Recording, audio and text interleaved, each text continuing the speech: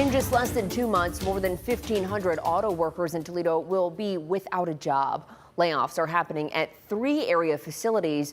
Megan Hartnett dug into what the outlook is for the auto industry as a whole. Megan, what did you find out? Kaylee, I spoke to an expert in labor studies, and he says there has been a lot of uncertainty over the economy, especially after the election. And the auto industry hates unpredictability. That's part of why we're seeing these layoffs.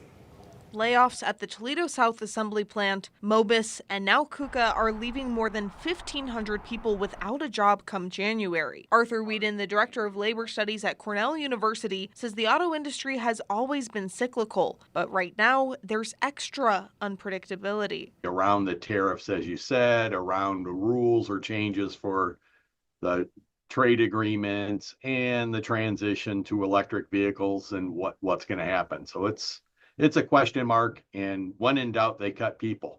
Whedon says the impacts may ripple. For every assembly plant job, it supports 10 other jobs.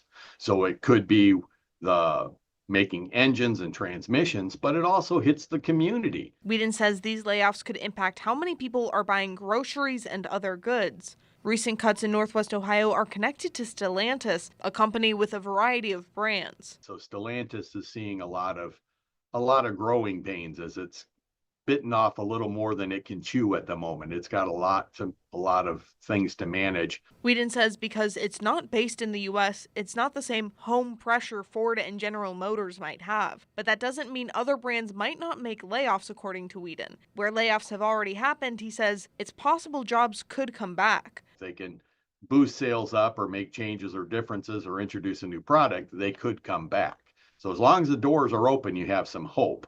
Once they close the doors, then it's more difficult. Whedon says it's a waiting game to see what happens under President-elect Donald Trump's administration, saying tariffs could lead companies to switch the amount of specific products being made. Whedon says the auto industry will likely keep investing in electric vehicles because of the push for the technology in other parts of the world. But he says really it is just a waiting game until January. Reporting in the newsroom, Megan Hartnett, WTOL 11.